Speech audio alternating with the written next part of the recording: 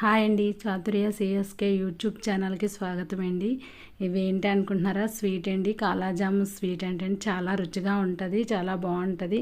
అలాగే ఇంట్లో ఉన్న వస్తువులతోనేనండి చేసుకోవచ్చు. పెద్ద కష్టమేమి కూడా కాదు, తొందరగా కూడా అయిపోద్దండి ఈ స్వీటు. దీనికోసం మనం ముందుగా పాలు అనేవి తీసుకోవాలండి. ఈ పాలని నేను ఇక్కడైతే 3/4 లీటర్ పాలు తీసుకుంటున్నాను. అవి బాగా కాచి చల్లార్చుకోవాలండి. గోరువెచ్చగా అయిన తర్వాత మనం ఇందులోని కొంచెం వెనిగర్ అనేది వేసుకొని పాలు ఇరుగుతాయండి. అలా వెనిగర్ వేయడం వల్ల నిమ్మకాయ వేసినా విరుగుతుంది, వెనిగర్కి అయితే కొంచెం తొందరగా విరుగుతుందండి. అందుకనే నేను ఇక్కడ వెనిగర్ వాడాను. ఇష్టం లేకపోతే నిమ్మకాయ వేసుకోవచ్చు. ఇలాగ మనం వేసిన ఒక 3 నిమిషాల్లోనే మనకి పాలు ఇలా విరిగి ఇలా రెడీ అవుతుందండి. అందులో ఉండే వాటర్ అంతా తీసేవాలండి. తీస్తే మనకి ఇంకా ఎక్కువ ఉంటుంది. అందుకనే మనం క్లాత్లో వేసుకుంటే మనకి ఏ వాటర్ ఉన్నా బయటికి మొత్తం వస్తుంది. కొంచెం మళ్ళీ నీళ్ళు వేసుకొని ఒక్కసారి మళ్ళీ అలా వేసి కడిగితే బాగుంటుందండి. అందుకే వేసుకున్నాను వాటరు. అలా వేసిన తర్వాత మనము క్లాత్ని కొంచెం గట్టిగా ఇలాగ పిండితే అందులో ఉండే వాటర్ అంతా వచ్చేస్తుందండి. ఇలా పిండిన తర్వాత మనం ఒక 5 నిమిషాలు పక్కన పెట్టుకోవాలి, ఇంకా ఏదైనా వాటర్ ఉన్నా బయటకు వచ్చేసేటట్టు. ఈలోగా దానికోసం మనం పాకం రెడీ చేసుకుందామండి. నేను ఇక్కడ 3/4 లీటర్ పాలకి అర కేజీ పంచదార తీసుకున్నానండి. అండ్ 2 కప్పులు అయినాయి. 2 కప్పులు పంచదారకు 1 కప్పు వాటర్ వేసుకొని పంచదార కరిగినట్టు బాగా కలుపుకొని మనం ఇంకా గులాబ్ జామ్ పాకం ఎలా తీసుకుంటామో అలాగే పొయ్యి మీద పెట్టుకోవాలండి. దీనికి ఏం పాకం చూసుకొని ఏం లేదు, గులాబ్ జామ్ పాకంలా ఉంటే చాలు. ఇలా పంచదార మరిగి ఇలా అయిన తర్వాత ఇందులో 1 స్పూన్ ఇలాచీ పౌడర్ వేసుకోవాలి. అలాగే 1 స్పూను నిమ్మరసం అండి. దీనికి మనకి ఏంటంటే చక్కగా అయినా గట్టిపడదు, చక్కగా పాకం అనేది చక్కగా చల్లారినా బాగుంటుందండి. అందుకే కంపల్సరీ నిమ్మరసం వేసుకుంటే బాగుంటుంది. అలా వేసుకొని మనం అది పక్కన పెట్టుకోవాలండి. ఈలోగా పాకం చల్లారుతుంది మనకి. అప్పుడు మనం ఈ మిగతా ప్రాసెస్ చేసుకుందాం.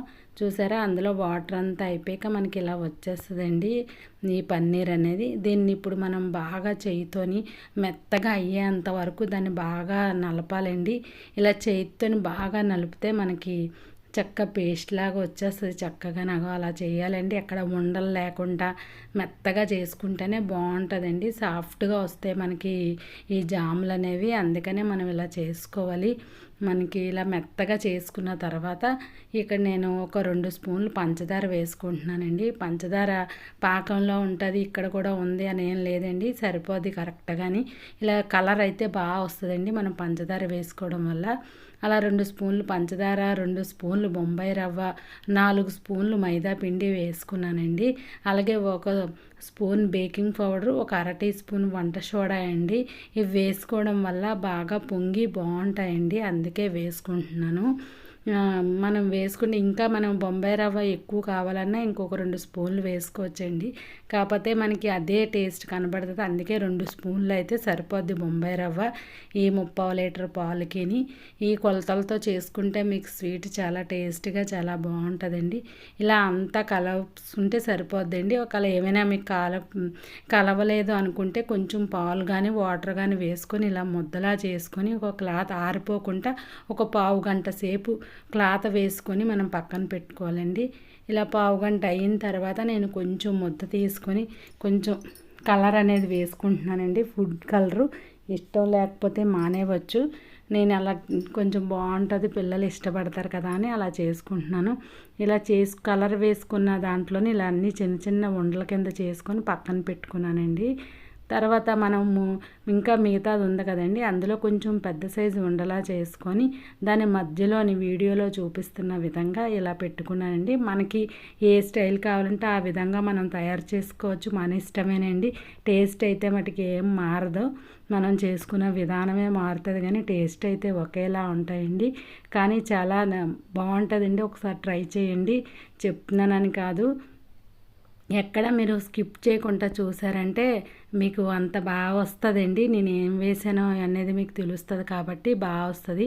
ఇలా ప్లేట్ మీద చెయ్యితో అదుముకొని ఈ విధంగా చేసుకుంటే ఎక్కడ మనకి క్రాక్స్ అనేవి లేకుండా చక్కగా చేసుకోవాలండి. కొన్ని రౌండ్గా కూడా చేసాను కానీ చాలా బాగా వచ్చినాయండి మనకి. తర్వాత ఇలా అన్నీ చేసుకున్న తర్వాత స్టవ్ వెలిగించి ఆయిల్ పెట్టుకోవాలండి. ఆయిల్ అనేది అసలు హీట్ అవ్వకూడదు, లో ఫ్లేమ్ మీదే పెట్టుకోవాలి. ఆయిల్ మటుకి అస్సలు హై ఫ్లేమ్ మీద అస్సలు చేయకూడదండి. ఇలా ఆయిల్ వేసిన ఒక 3 నిమిషాలకి మనం వేసేసుకోవడమే. అలా అని చల్లగా ఉన్న ఆయిల్లో వేస్తే నూనె పీరుస్తుంది అనేది ఏం ఉండదండి. అసలు నూనె అనేది అసలు ఒక్క పర్సన్ కూడా అవ్వదండి, అంత బాగుంటాయి. అలా వేసిన తర్వాత ఒక 5 నిమిషాలు అయిన తర్వాత దానంతట అవే అలా పైకి తేలుతాయండి. మనం బేకింగ్ పౌడర్, వంట సోడా వేసాం కదండి, దానివల్ల కొంచెం పొంగుతాయి ఇలా ఆయిల్లో వేసాక. ఇంకా మనం షుగర్ సిరప్లో వేసాక ఇంకా బాగా పొంగుతాయండి, చాలా బాగుంటాయి. అలా మనం ఇలా తిప్పుకుంటూ కలుపుకుంటే అన్నీ కూడా బాగా వేగుతాయండి.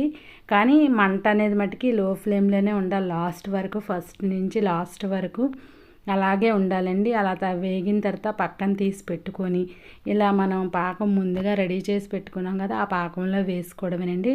చల్లగా ఉన్నప్పుడు గోరువెచ్చగా ఉంటే పాకం సరిపోద్దండి, మరీ వేడిగా లేకుండా. ఇలా గోరువెచ్చని పాకంలో మనం ఇలా వేసుకోవడమేనండి. ఇలా వేసుకొని ఒక గంట పక్కన పెడితే చక్కగా అందులోకి ఈ పాకం అనేది వెళ్ళి ఎంత టేస్ట్గా ఉంటుందంటే చెప్పకూడదండి. అంత ఒకసారి ట్రై చేసి చూడండి, అంత బాగుంటాయి. ఈ కాలాజామ స్వీట్ అనేది గులాబ్ జామ్ లాగే ఉంటాయండి. ఇంకా రుచిగా అనిపించింది మాకైతే మటుకి. చక్కగా ఇంట్లోనే మనం ఉన్న వస్తువులతోనే కాబట్టి చాలా టేస్ట్గా ఉంటుందండి. నచ్చితే లైక్ చేయండి, షేర్ చేయండి, సబ్స్క్రైబ్ చేసుకోండి.